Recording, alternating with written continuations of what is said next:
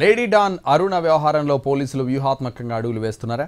ఆమెపై మరో కేసుకు రంగం సిద్ధమైందా? దందాలు దౌర్జన్యాల్లో అరుణ పాత్ర ఉందని పోలీసులు నిర్ధారణకు వచ్చారా? అరుణ చరిత్ర అంతా తవ్వుతున్నారా? నియర్ ఫ్యూచర్లో అరుణకు పోలీసులు సినిమా చూపించబోతున్నారా? Let's watch. నెల్లూరు జిల్లాలో పేరు మోసిన రౌడీ షీటర్ శ్రీకాంత్ ప్రేయసి, అతడి అరాచకాల్లో భాగస్వామి నిడిగుంట అరుణ బిల్డర్ను బెదిరించిన కేసులో ఒంగోలు జైల్లో రిమాండ్ ఖైదీగా ఉన్నారామె. 3 రోజుల పాటు కస్టడీకి తీసుకుని ప్రశ్నించగా ఆశించిన సమాచారం రాబట్టలేకపోయారు పోలీసులు. 8 నెలల క్రితం పరిచయమైన శ్రీకాంత్ను ప్రేమించారని, పెరోల్పై బయటికి వస్తే పెళ్లి చేసుకుందామనుకున్నట్టుగా పోలీసులకు చెప్పింది అరుణ. పలువురు రాజకీయ నాయకులు తనను ఆర్థికంగా ఆదుకునేవారని తెలిపిందే. ఆ నాయకులు ఎవరు అనే విషయం మాత్రం బయట పెట్టలేదు. మాజీ ఎమ్మెల్యేలు, ప్రస్తుత ఎమ్మెల్యేలు కూడా తనకు శ్రీకాంత్కి అండగా ఉండేవారని పోలీసులకు తెలిపిందామే. అయితే శ్రీకాంత్ను గురించిన సమాచారాన్ని మాత్రం అరుణ నుంచి రాబట్టలేకపోయారు పోలీసులు. చాలా విషయాలను అరుణ దాటవేసిందే. కొన్ని ప్రశ్నలకు మాత్రమే సమాధానం చెప్పిందే.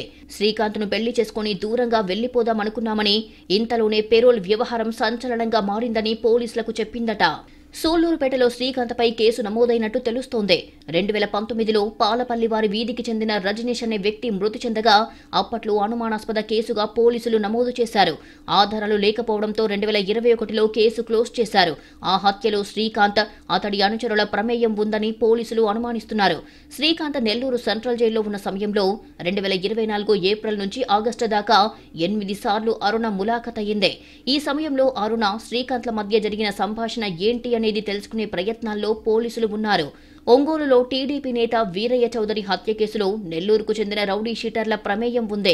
ఒంగోలు డీఎస్పీ కోవూరు పోలీస్ స్టేషన్కి వచ్చి అరుణను ప్రశ్నించారు. గతేడాది నుంచి అరుణ కాల్ డీటెయిల్స్ ని పోలీసులు సేకరించి దర్యాప్తు చేస్తున్నట్టు తెలుస్తోంది. ఆమె ఫోన్ ని అన్లాక్ చేయలేకపోయారు పోలీసులు. జైలుకు వెళ్లిన సమయంలో శ్రీకాంత్ చెప్పే విషయాలను ప్రధాన అనుచరుడు జగదీష్ తో పాటు మరికొందరికి అరుణ చేరవేసేదట.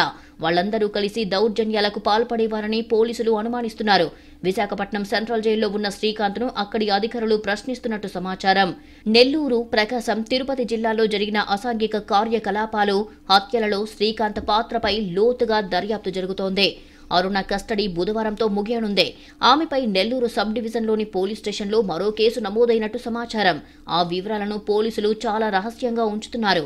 ఆమెను మరోసారి కస్టడీలోకి తీసుకోవాలని పోలీసులు భావిస్తున్నట్టు సమాచారం.